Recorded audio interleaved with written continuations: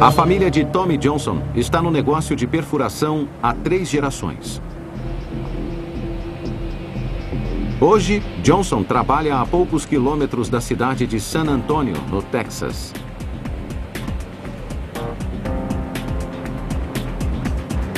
Como texano, você pode pensar que ele é um extrator de petróleo, mas na verdade ele extrai um recurso natural bem mais precioso: a água. É um trabalho extremamente difícil. Um poço não vale 15 centavos até que se tire água dele. E a água está bem no fundo. A população de San Antonio depende de perfuradores como Johnson para poder sobreviver.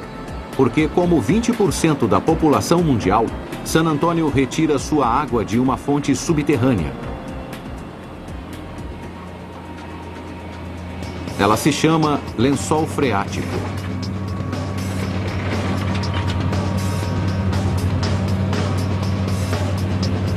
A broca de Johnson está perfurando o duro solo texano na tentativa de atingir um dos maiores reservatórios subterrâneos dos Estados Unidos, o lençol freático de Edwards.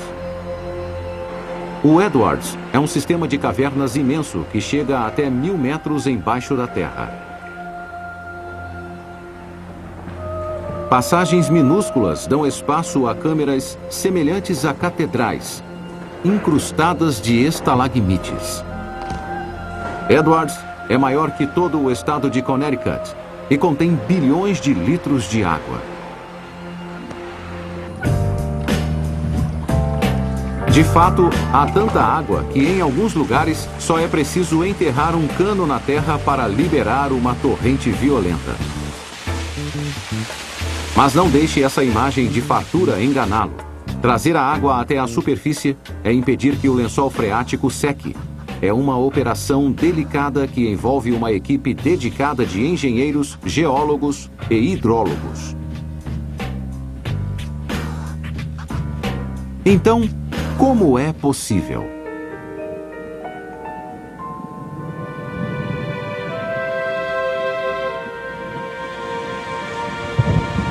A história começa com a chuva. No sul do Texas, quando chove, chove de verdade. E devido à geografia do local, grande quantidade dessa chuva chega logo ao subsolo.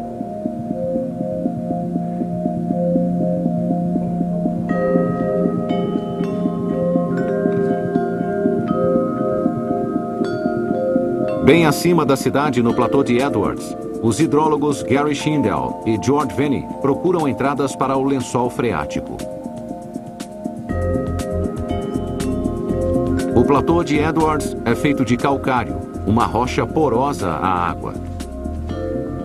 Se olhar com cuidado, verá que o solo é crivado de fissuras e cavernas, todas entalhadas pela chuva. É importante mapear as aberturas, as passagens e as cavernas do lençol freático para entender como ele funciona.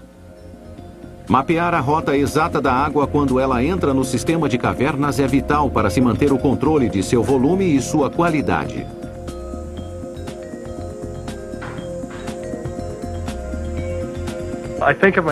Em certos aspectos, eu me considero um encanador. Se você vai até a pia, abre a torneira e a água não sai ou sai suja, você chama o encanador e ele vai verificar os canos para descobrir onde está o problema. E é isso que eu faço essencialmente. Veney e Schindel trabalham para a Companhia de Saneamento de Edwards. O EAA precisa controlar o abastecimento de água como um banco controla seus empréstimos. Ele libera quantidades específicas de água de acordo com as necessidades. Como qualquer cidade do mundo, San Antonio gasta um volume impressionante de água todos os dias.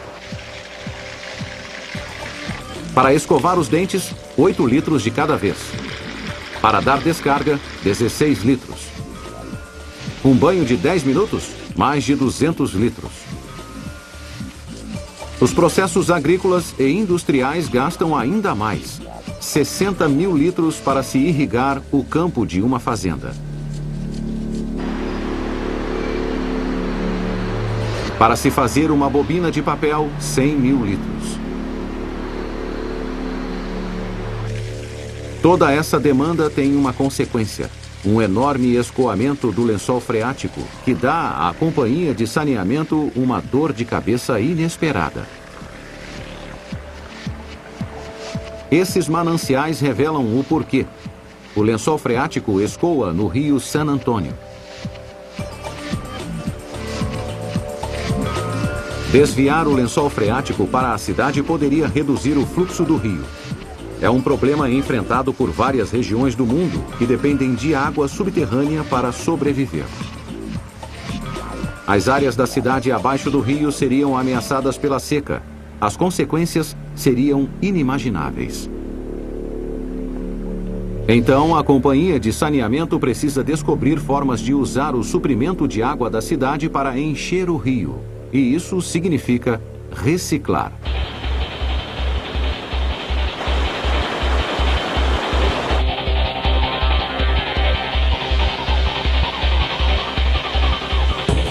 O engenheiro Daniel Martínez tem uma tarefa urgente: fazer uma vistoria sanitária na maior fábrica de reciclagem da cidade. Para isso, ele precisa descer até uma câmara abafada e estreita embaixo da calçada.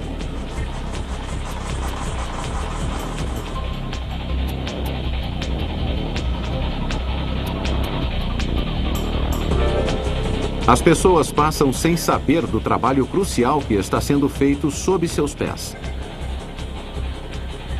A estação de reciclagem foi construída no subterrâneo para preservar a beleza da região. A sua função é limpar a água usada da cidade e devolvê-la ao rio San Antônio para garantir que as comunidades do sul da cidade recebam um suprimento adequado.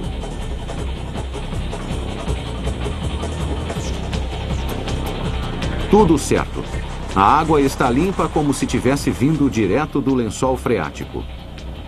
Os fazendeiros do sul podem descansar tranquilos. Dá para notar a diferença? Em uma dessas jarras está a água potável do platô Edwards, tirada do lençol freático, e na outra está a água reciclada. Se você nota alguma diferença, beba. A reciclagem sob a calçada funciona para a chamada água cinza. A água utilizada em banhos, chuveiros, lavagens de carro. Mas para a água dos vasos sanitários é necessária uma operação bem maior. Esta é a estação de tratamento de águas dos rios, ao sul de San Antônio. É um nome impressionante para um lugar impressionante. Mas o cheiro logo lhe dirá o que acontece por aqui. É uma estação de esgotos. Eles chamam isso de água negra. Purificar essa lama fétida é uma tarefa difícil. Então, como é possível?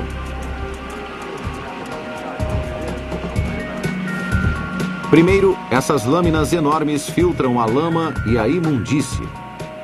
Esta é talvez a pior parte do trabalho. A água negra e fétida passa em seguida por um tanque enorme de concreto. Eles o chamam de câmara de ventilação. Tubos na base do tanque supersaturam a água com oxigênio. Por quê? Porque os insetos precisam se alimentar de oxigênio. Isso mesmo, insetos. Quando a água é bombeada para esses enormes tanques exteriores, encontra pedaços flutuantes de visgo e colônias de bactérias amantes de oxigênio, que devoram tudo que vem pelo caminho para limpar a água. Estranhamente, a colônia de insetos não tem cheiro. Insetos que comem bactérias provocariam mau cheiro, mas o local abriga um bando de pássaros prestativos. Nós temos uma grande população de andorinhas que adora viver nesta fábrica. Elas fazem uma espécie de controle de pragas natural, sem termos de usar pesticidas. Então, entre os insetos e os pássaros, É um ambiente muito agradável. depois de mais filtragem e exames de laboratório, a água finalmente está pronta para se juntar ao rio San Antônio. É difícil pensar que algo agora tão limpo tenha entrado poucas horas atrás na estação de saneamento como uma montanha de lama fétida. Que diferença alguns insetos podem fazer?